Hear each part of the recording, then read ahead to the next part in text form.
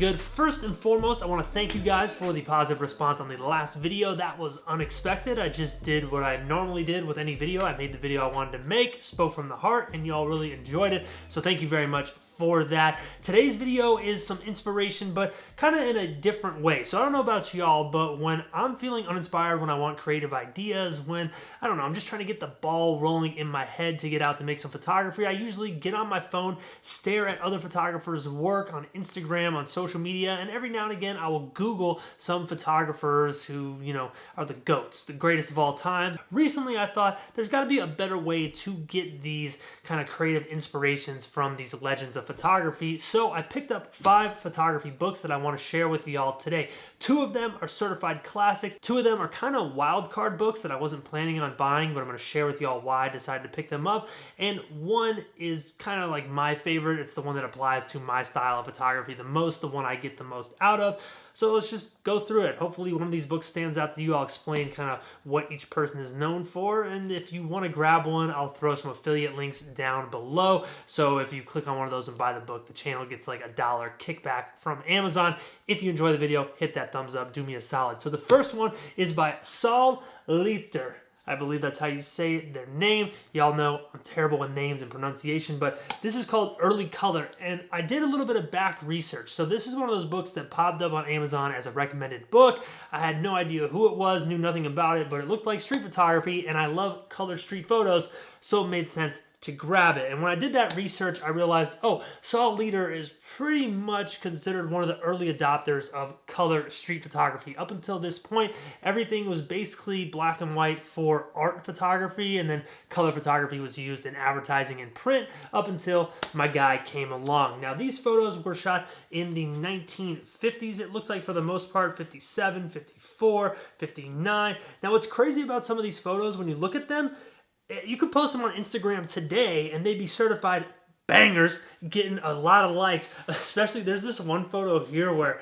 it looks like, you know, something any trendy Instagram person, myself included, would make. It's of like a windshield with some rain on it or something. Like this right here. Certified Instagram heater classic photos. So Saul is one of these people who their work has stood the test of time. It seems like these color street images could stand out today. If you made these photos, someone would look at them and say, yo, this is a good photographer. These are awesome. And it's pretty fascinating to think that these were made, I mean, what, it's like 2020? So this was in the 50s, almost 70 years ago, which is wild. So definitely an innovator and someone I want to do a little bit more research on in the future. But if you're into, you know, city color photos, this is definitely a no-brainer, a photographer you want to check out.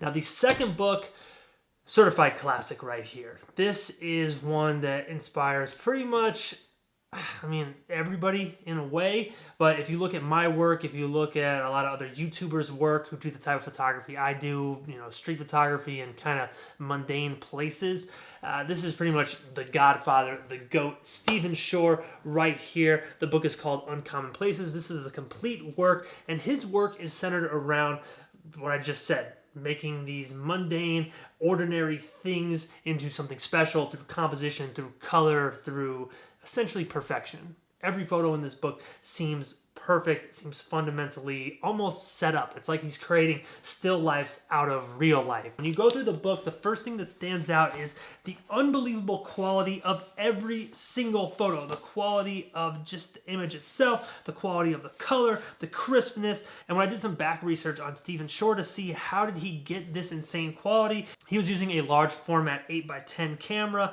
and that makes this even more impressive because those things are very heavy, they're hard to lug around. A lot of dedication went into creating a body of work like this. So if you're into this type of thing, Stephen Shore is someone you're going to be able to get basically endless inspiration from. Everything in this book. I mean, I don't know, I love photography like this where it feels like you're there, but it also puts you back to this nostalgic place where even if you've never been to this exact scene, you've been to this scene and you can feel it for some reason. I did already mention Stephen Shore really influenced an entire generation of people, myself included. I mean, hey look, it's so original. I've made a photo just like that before. This is where I get that from. That's where a lot of people get this from. So Stephen Shore is one that I highly recommend you checking out. Next up is Fred Herzog, Modern Color. Now, I like this book because the way Fred made his photos based on my research is the closest to me personally. He used a lot more, quote, normal cameras, things like Leicas, things like Nikons. He kind of jumped all over the place, kind of like I do. He also used a variety of lenses, didn't really stick to one thing, but it seems like most of it was in the mid-range. Now, a lot of his images are similar to Stephen Shore, but the way I interpret them is they're more gritty and more chaotic. Like these two images right here, they could be Stephen Shore photos, but they have much more grit to them, much more, I don't know how to say it.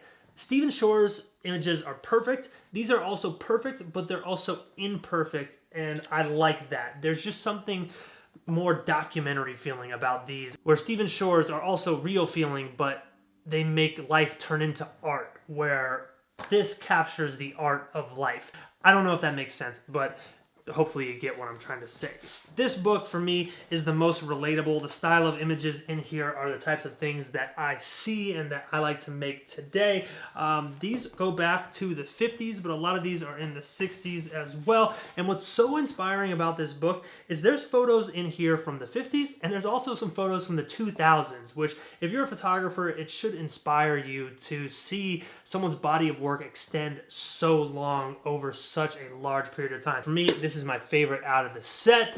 Now the next one is a complete shift from the grit of Herzog, and that is Cape Light by Joel Meyerowitz. Now essentially this book was made in Cape Cod on large format film, 8x10. I believe Joel shot this book using the same camera that Stephen Shore used. I'm not 100% sure on that, but based on my research and based on this little blurb in the back of the book, you can see him there carrying around this giant camera, and there was also a blurb I read from him saying that he's paying for it, carrying that heavy equipment now later in life. So when y'all always hear me complain about cameras being too heavy, that's why. Can mess your back and hips and everything up. It's images like this that make the book so special and have such a feeling that you might not even be able to get through the video. You have to see the book in person to understand.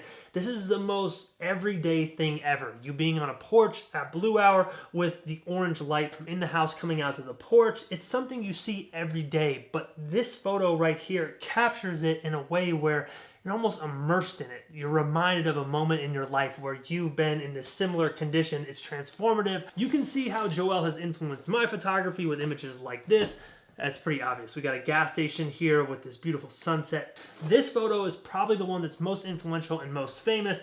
I mean, it's ridiculous. You look at this picture and I think to myself, wow, you're terrible. You need to step your game up. The color, the light, the reflections, the compositions, and that is kind of the big thing about this book. There's all these intangibly tangible moments that are photographed beautifully and perfectly. Here's another one of those transformative scenes where you look at it and you feel like you're there. You feel like you've been there. It's amazing work, to say the least, and it's really hard to describe until you see it in person. Once again, another one of these mundane scenes that almost transports you to them. So the last book that I picked up was another kind of wild card book. It was one I didn't know about, but as I got to researching it, I thought, hey, this is a good one to have. This, unlike every other book here, actually has a lot of words in it and is almost a history book on street photography. It's called Bystander. It's by Colin Westbrook and Joel Meyerowitz. And this book has photos going back as far as 1862, 1866, and it's a full basic breakdown of everything about street photography history, what led street photography to where it is now. It's something you can really learn from, as well as understand the history of the type of photography that so many of us enjoy making. And when you go through a book like this, you realize why it was so important at the time for photographers like Saul, Joel Meyerowitz, Stephen Shore. Everything in here is black and white leading up to them, essentially. And it's pretty cool. I haven't done much deep diving on this book yet. There is a lot to read. It's big. It's essentially like a textbook, and it even does lead into more modern time and shows you that even classic images can be made in the 2000s. That's the books I picked up. Hopefully one of these stood out to you. Hopefully you can get some inspiration from these. Hopefully I put you on to some photographers or projects you might not have known about. I think the next video is going to be a vlog or a behind the scenes, so stay tuned for that. You are the truth. See you next time.